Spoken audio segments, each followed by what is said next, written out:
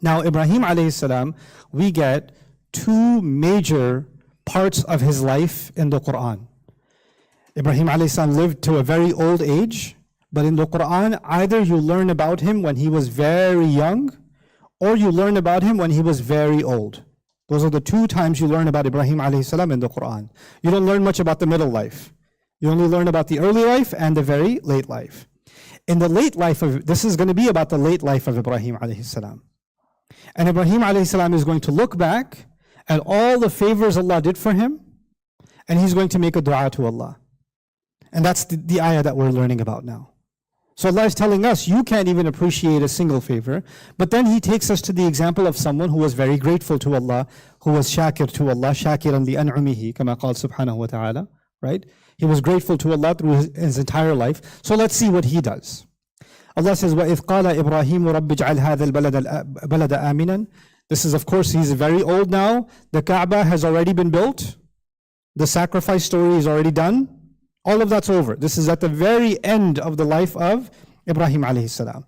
And the Kaaba is already the Mecca is already populated, people are already there, the house is established, everything is done.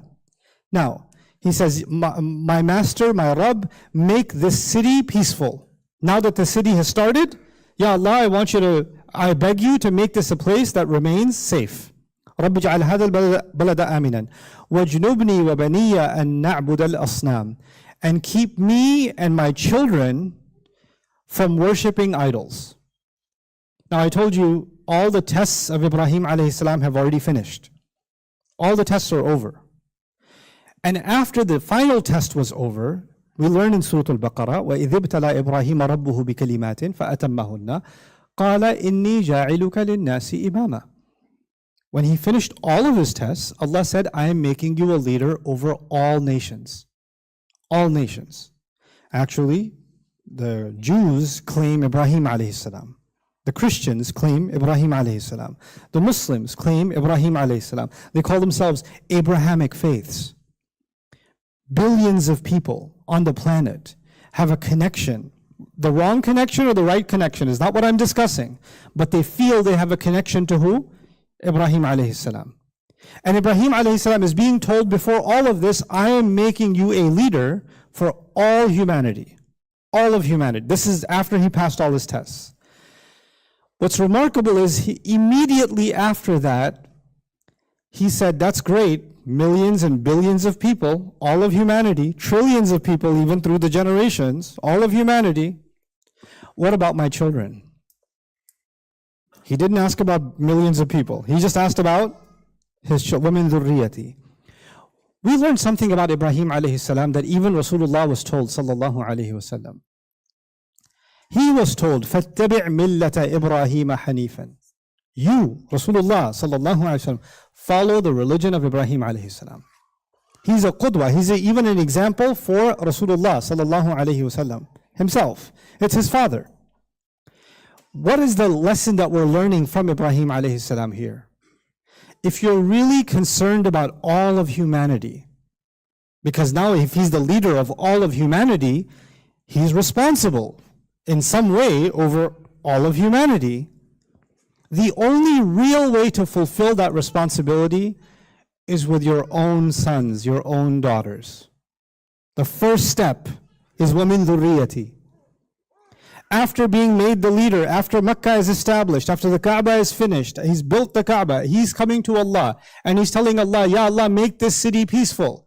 Make this city peaceful is for the entire population, not only his children, everybody who lives in Mecca. But then he says, وَجْنُبْنِي وَبَنِيَّ أَن نَعْبُدَ الْأَصْنَامِ. Keep me and my children from worshipping idols. Who did he bring up again? His kids. He didn't bring up the entire world. He didn't bring up the entire ummah. He brought up his kids. The reason I wanted to emphasize this today in this khutbah, in these brief minutes that we have together, is that Allah has emphasized the importance of the role of the father in these ayat. Ibrahim alayhi salam, in the ultimate position of leadership, in that ultimate position, he understands that the first step of that leadership is that I am a father. I have children. I have to protect my kids. And I have to make dua for my kids. And those kids, Ibrahim and Ishaq, both of them are prophets. Both of them are prophets. And one of them, Ismail alayhi salam, helping him build the Kaaba. And we already know the dua, Rabbana taqabbal minna. We already know that dua. And now he's talking about his kids, and then their kids, and their kids, and their kids. And he's saying, Ya Allah, keep me and my children from falling into the worship of idols. Ibrahim alayhi salam believes that Islam is not guaranteed for his kids. And even for their kids, and their kids, and their kids. And it could be that 5 generations from now, there might be people that are no longer Muslim from his children's children's children. He understands this. So his dua at the end of his life, these are the last, in a sense, these are the last quotes of Ibrahim alayhi salam in the Quran. He's saying, protect me and my kids from the worship of idols. This teaches us what kind of relationship I'm supposed to have with my sons and my daughters. What is the role of every father? We are the religion of Ibrahim alayhi salam. We have a responsibility. You know, in Western society, they have this certain kind of propaganda and a certain kind of media propaganda in liberal societies. And the media propaganda is the mother is the carer, she's the provider, she's the responsible one, and the father is the idiot. The father just wants to play. The father doesn't know how to change a diaper. The father doesn't know how to feed the baby. The father doesn't know what to do. The father doesn't know when the baby's crying what to do. The father forgets if he fed the baby or not. Or he forgot to pick the kid up from school.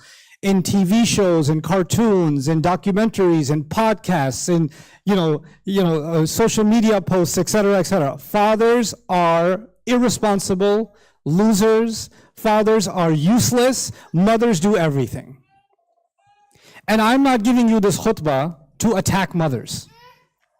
Because every time we have this idea, we have this sickness, it's a disease. If I talk about children, somebody says, what about parents? If I talk about parents, somebody says, you didn't talk about children. If I talk about fathers, somebody says, hey, why didn't you talk about mothers? You see, you can never talk about anything. Nowadays, you cannot talk about anything without making it weaker and talking about the opposite. Everybody here knows the right and the responsibility and the role and the maqam, the station, the high station of the mother in Islam. We know the station of the mother in the Quran. So there's no reason to become insecure when I'm talking about the importance of the father. Oh, you're saying the father is important? That must mean the mother is nothing to you? You're saying mothers are nothing? This insecurity needs to stop. This is a sickness. This is a sickness. We have to get away from that sickness. Because we have to deal with one subject, and we have to be able to do justice to it without apologizing. Without saying, no. I mean, fathers are great, but let's give a few minutes to our mothers too. Mothers will get plenty of time. And the problem is, when I one day talk about mothers, then fathers will come, you make it sound like fathers are nothing. This is insecurity.